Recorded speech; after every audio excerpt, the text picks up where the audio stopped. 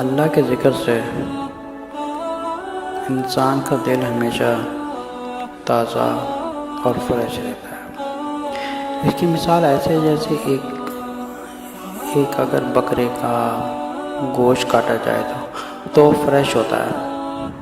اگر کچھ وقت تک پڑا رہے، اگر اس کو فریج میں نہ رکھا جائے تو وہ گل سڑ جاتا ہے۔ تو انسان کے دل کی مثال بھی کچھ ایسے ہی ہے۔ اگر انسان ایک مسلمان اللہ کے ذکر سے ہر وقت اللہ تعالیٰ کو یاد کرتا رہے تو اس کا دل ہمیشہ صاف اور گندگی سے پاک رہتا ہے، اور اس دل میں شیطان کی طاقت بہت کم ہوتی ہے، جس کا دل ہمیشہ اللہ کے ذکر سے مصروف رہتا ہے۔ ذکر سنت کے مطابق کرنا واجب ہے۔ آئیے پہلے دیکھتے ہیں قرآن میں اللہ تعالیٰ ذکر اللہ کے بارے میں کیا فرماتے ہیں۔ اللہ تعالیٰ سورۃ بقرہ کی آیت نمبر 198 میں اللہ تعالیٰ فرماتے ہیں وَاذْكُرُوهُ كَمَا هَدَاكُمْ وَإِن كُنتُم مِّن قَبْلِهِ لَمِنَ الضَّالِّينَ، اور تم اسے اس طرح یاد کرو جس طرح اس نے تمہیں ہدایت دی، اور یقیناً اس سے پہلے تم گمراہوں میں سے تھے۔ پھر اللہ تعالیٰ دوسری جگہ فرماتے ہیں سورۃ بقرہ کی آیت نمبر 239 میں فَاذْكُرُوا اللَّهَ كَمَا عَلَّمَكُم مَّا لَمْ تَكُونُوا تَعْلَمُونَ، بس اللہ کو یاد کرو جس طرح اس نے تمہیں وہ کچھ سکھایا جو تم نہیں جانتے تھے۔ پھر اللہ ایک اور جگہ فرماتے ہیں سورۃ الاعراف کی آیت نمبر 205 میں وَاذْكُرُوا رَبَّكَ فِي نَفْسِكَ تَضَرُّعًا وَخِيفَةً وَدُونَ الْجَهْرِ مِنَ الْقَوْلِ بِالْغُدُوِّ وَالْآصَالِ وَلَا تَكُن مِّنَ الْغَافِلِينَ۔ اور اللہ تعالیٰ اپنے نبی سے فرما رہے ہیں، اور اے نبی اپنے رب کو صبح شام اپنے دل میں یاد کیجیے، عاجزی سے اور ڈرتے ہوئے، پست اور ہلکی آواز سے، اور آپ غافلوں میں شامل نہ ہوں۔ پھر قرآن کی کچھ ایسی آیات ہیں جس میں ذکر کی اہمیت اور فضیلت بیان کی گئی ہے، جیسے سورۃ بقرہ کی آیت نمبر 152 میں اللہ تعالیٰ فرماتے ہیں فَاذْكُرُونِي أَذْكُرْكُمْ وَاشْكُرُوا لِي وَلَا تَكْفُرُونِ، تم اب مجھے یاد کرو، میں تمہیں یاد کروں گا، اور تم میرا شکر کرو اور میری ناشکری نہ کرو۔ اسی طرح اگر سورۃ احزاب کی آیت نمبر 41 میں پڑھا جائے، اللہ تعالیٰ فرماتے ہیں یا ایھا الذین آمنوا اذکروا اللہ ذکرا کثیرا، اے ایمان والو تم اللہ کو کثرت سے یاد کرو۔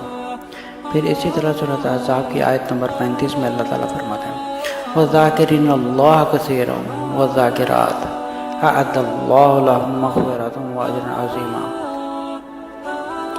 اور اللہ کو بہت یاد کرنے والے مرد اور بہت یاد کرنے والی عورتیں، اللہ نے ان کے لیے بخشش اور بہت بڑا اجر تیار کیا ہے۔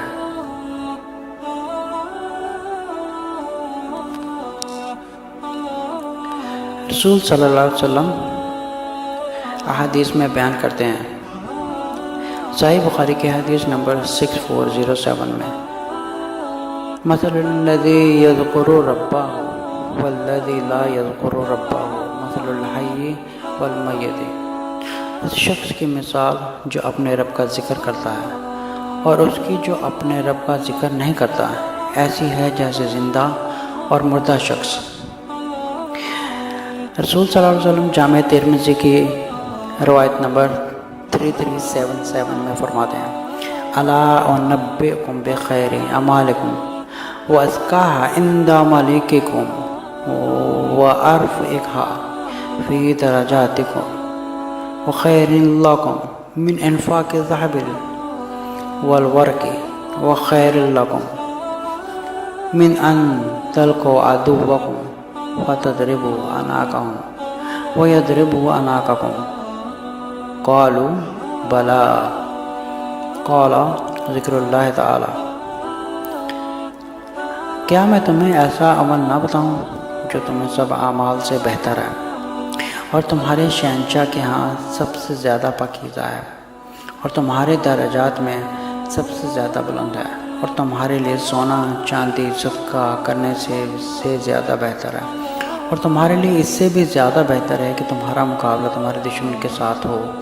اور تم ان کی گردنیں اڑاؤ اور وہ تمہاری گردنیں اڑائیں۔ صحابہ نے عرض کی کیوں نہیں، ایسا عمل تو ضرور بتائیں۔ آپ نے فرمایا وہ ہے اللہ تعالیٰ کا ذکر۔ اسی طرح صحیح بخاری کی روایت نمبر 7405 میں رسول صلی اللہ علیہ وسلم فرماتے ہیں یقول اللہ تعالی انا عند ظن عبدی بی وانا معه اذا ذکرانی وان ذکرانی فی نفسی ذکرتہ فی نفسی وان ذکرانی فی ملائی ذکرتہ فی ملائی خیر منہم وان تقرب شبرا الی تقربت الیہ ذراعا وان تقرب الی ذراعا تقربت الیہ باعا وان اتانی یمشی اتیتہ ہرولا۔ اللہ فرماتا ہے میں اپنے بندے کے اس یقین کے مطابق ہوں جو وہ میری بابت رکھتا ہے جیسے وہ گمان کرتا ہے، اور میں اس کے ساتھ ہوتا ہوں جب وہ مجھے یاد کرتا ہے۔ اگر وہ مجھے اپنے دل میں یاد کرے تو میں اسے اپنے دل میں یاد کرتا ہوں، اور اگر وہ مجھے کسی محفل میں یاد کرے تو میں اسے ایسی محفل میں یاد کرتا ہوں جو ان کی محفل سے زیادہ بہتر ہے۔ اور اگر وہ ایک بالشت میرے قریب آئے تو میں ایک ہاتھ اس کے قریب آتا ہوں، اور اگر وہ ایک ہاتھ میرے قریب آئے تو میں اس کے دونوں بازوؤں کے پھیلاؤں کے برابر قریب آتا ہوں، اور اگر وہ چلتا ہے میرے پاس آتا ہے تو میں دوڑتا ہوں اس کے پاس آتا ہوں۔ اسی طرح جامع ترمذی کی روایت نمبر 3375 میں رسول صلی اللہ علیہ وسلم نے فرمایا حضرت عبداللہ بن بصر رضی اللہ عنہ فرماتے ہیں کہ ایک آدمی نے کہا اے اللہ کے رسول، اسلام کے احکام زیادہ ہونے کی وجہ سے مجھ پر بھاری ہو گئے، لہٰذا آپ مجھے کوئی ایسی چیز بتائیں جو تھوڑی ہو اور ثواب میں زیادہ ہو، جسے میں مضبوطی سے پکڑ لوں۔ آپ نے فرمایا لا یزال لسانک رطبا من ذکر اللہ، تمہاری زبان ہمیشہ اللہ کے ذکر سے تر رہے۔ سنن ابی داؤد کی روایت میں رسول صلی اللہ علیہ وسلم فرماتے ہیں من قعد مقعدا لم یذکر اللہ فیہ کانت علیہ من اللہ اعتراضا ومن اتعظ متجعا لم یذکر اللہ فیہ کانت علیہ من اللہ اعتراضا۔ جو شخص کسی ایسی جگہ بیٹھا جس میں اس نے اللہ تعالیٰ کو یاد نہ کیا تو وہ نشست اس کے لیے اللہ تعالیٰ کی طرف سے بہت سے نقصان ہوگی، اور جو شخص کسی ایسی جگہ لیٹا جہاں اس نے اللہ تعالیٰ کو یاد نہ کیا تو وہ لیٹنا اس کے لیے اللہ تعالیٰ کی طرف سے بہت سے نقصان ہوگا۔ اسی طرح جامع ترمذی کی روایت نمبر 3380 میں رسول صلی اللہ علیہ وسلم فرماتے ہیں ما جلس قوما مجلسا یذکر اللہ فیہ ولم یصلوا علی نبیہم الا کان علیہم اعتراضا فإن شاء عذبهم وإن شاء غفر لهم۔ لوگ جب کسی ایسی محفل میں بیٹھے ہیں جس میں نہ اللہ کو یاد کریں نہ اپنے نبی پر درود بھیجیں تو وہ محفل ان کے لیے بہت سے نقصان ہوگے۔ پھر اگر اللہ تعالیٰ چاہے تو انہیں عذاب دیں اور اگر چاہے تو انہیں معاف کر دیں۔ سنن ابی داؤد کی روایت نمبر 4855 میں رسول صلی اللہ علیہ وسلم کا فرمان ہے ما من قوم یقومون من مجلس لا یذکرون اللہ فیہ الا قاموا عن مثل جیفۃ حمار وکان لهم حسرۃ۔ جب لوگ کسی ایسی مجلس سے اٹھتے ہیں جس میں وہ اللہ کا ذکر نہیں کرتے تو وہ مردے گدھے کی بدبودار لاش جیسی چیز سے اٹھتے ہیں، اور یہ عمل ان کے لیے حسرت کا باعث ہوگا۔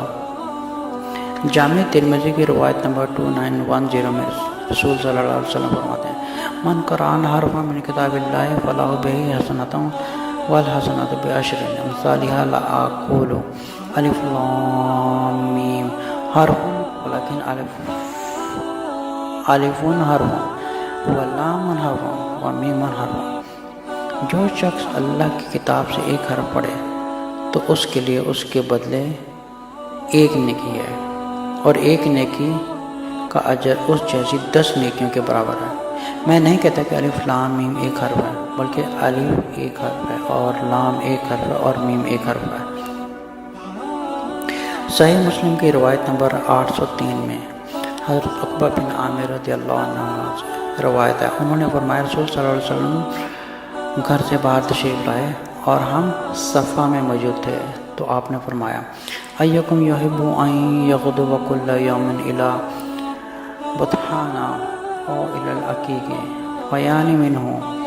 بناقتین قوموین فی غیر نظم ولا قطع رحیم فقلنا یا رسول اللہ نحب ذلک قال افلا یغدو احدکم الی المسجد فیعلم ان یقرأ آیتین من کتاب اللہ عز وجل خیر اللہ من ناقتین و ثلاث خیر اللہ من ثلاث و اربع و خیر اللہ من اربع و من عدادہن من الابل۔ تم میں سے کون یہ پسند کرتا ہے کہ وہ ہر روز بطحان یا عقیق کی طرف جائے اور وہاں سے موٹی موٹی کوہانوں والی دعا اونٹنیاں لائے،